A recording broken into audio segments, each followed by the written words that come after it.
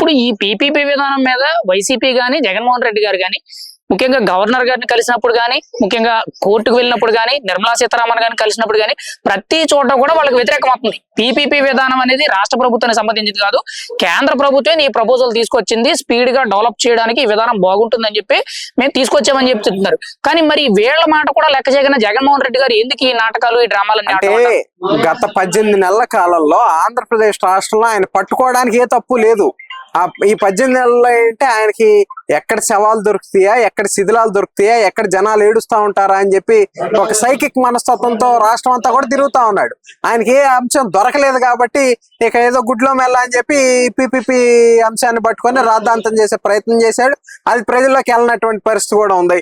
అంటే 18 నెలల పాటు ఒక ప్రతిపక్ష నాయకుడు అని చెప్పుకునేటటువంటి వ్యక్తి ఒక్క సమస్యను కూడా లేవనెత్తకపోవడం అనేది అది ప్రతిపక్షం అసమర్థత, అధికార పక్ష యొక్క సుపరిపాలనకు నిదర్శనం ఈ సందర్భంగా తెలియజేస్తా ఉన్నాం. ఇప్పుడు జగన్మోహన్ రెడ్డి గారు ఈ పీపీపీ విధానం మీద కానీ ఇంకొక విషయమే కానీ ప్రతి దాని గురించి కూడా నేను ప్రజల పక్షాన పోరాడతాను, ప్రజల మనిషి, నేను ప్రతి దానికి కూడా గొంతిప్పుతాను. ప్రజల పక్షాన పోరాడే పెద్ద మనిషి ఆంధ్రప్రదేశ్ లో ఉండకుండా బెంగళూరులో యలహంక ప్యాలెస్ లో ఉండాల్సినటువంటి అవసరం ఏంటి అంటే ఇక్కడ ఇంకోటి కూడా మేము తెలియజేస్తా ఉన్నాం.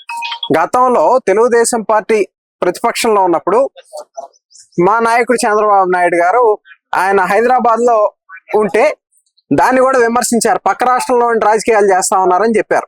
చంద్రబాబు నాయుడు గారు అనే వ్యక్తి ఉమ్మడి ఆంధ్రప్రదేశ్ కు ముఖ్యమంత్రిగా పనిచేశారు. ఆయనకు హైదరాబాద్ లో ఉండే అర్హత ఉంది, ఆంధ్రప్రదేశ్ లో ఇక్కడ అమరావతిలో ఉండే అర్హత కూడా ఉంది. అయితే జగన్మోహన్ రెడ్డి ఏ అర్హతతో బెంగళూరులో నివాసం ఉంటా ఉన్నాడు?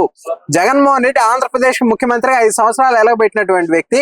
నువ్వు ఉంటే పులివెందుల్లో ఉండు, లేదా కడపలో ఉండు, లేదా తాడేపల్లిలో ఉండు. ఊరూరు నీకు ప్యాలెస్లు ఉన్నాయి కదా, నువ్వు ఎక్కడైనా ఆంధ్రప్రదేశ్ లో ఉండొచ్చు కదా.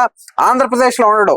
పక్క రాష్ట్రం అయినటువంటి కర్ణాటకలో నివాసం ఏర్పరచుకున్నటువంటి వలస పక్షి వలస రాజకీయాల కోసం ఆంధ్రప్రదేశ్ మీద పడేయటం అనేది మంచి పద్ధతి కాదు. నిజంగా అతనికి అంత చిత్తశుద్ధి ఉంటే పులివెందుల్లో ఉండమనండి. పులివెందుల్లో ఇతను పర్యటనలు చేసేటప్పుడు కూడా వచ్చేటటువంటి వాళ్ళ అభిమానులకు కూడా పాసులు పెట్టినటువంటి దౌర్భాగ్యకరమైనటువంటి రాజకీయ నాయకుడిని జగన్మోహన్ రెడ్డినే చూసాం. ఏ రాజకీయ నాయకుడు కూడా తన ప్రజా ఫిర్యాదుల విభాగంలో సమస్యలు తెలుసుకునేటప్పుడు పాసులు పెట్టి లేదా టోకెన్లు ఇచ్చి ఎంట్రీ ఇచ్చినటువంటి పరిస్థితి ఎక్కడా లేదు. ఈ రాష్ట్రంలో కొత్త సాంప్రదాయాన్ని, ఒక కొత్త విధానాన్ని తీసుకొచ్చినటువంటి దుర్మార్గకరమైనటువంటి రాజకీయ నాయకుడు జగన్మోహన్ రెడ్డి.